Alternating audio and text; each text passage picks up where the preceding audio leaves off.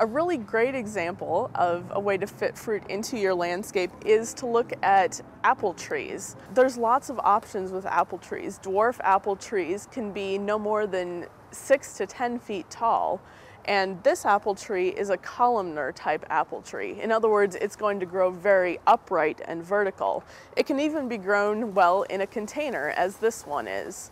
So that gives you the flexibility to put it on your patio or in a corner of your garden where it's still going to get sun, but it's not going to take up lots and lots of space.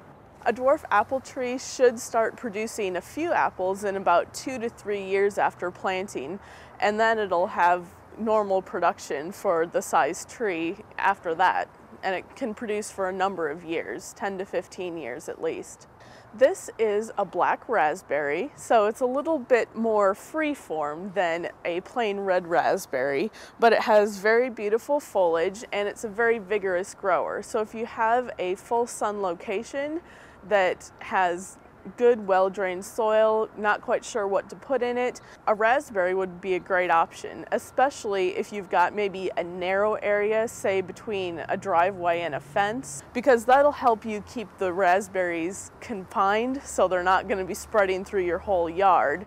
You can get raspberries that will fruit in the fall, you can get raspberries that fruit in the early summer. It's really up to you. Strawberries can be a really great ground cover in a home landscape. If you have an area that gets a good amount of sun, preferably full sun, but even light shade, they have very attractive green leaves. They stay nice and green throughout the summer.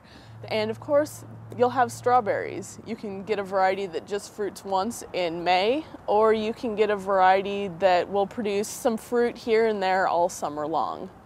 Don't be afraid to be creative trying to fit fruit and other edibles into your home landscape, because if you really want it, you can find a spot for it. For more information, visit your local extension office or visit our website.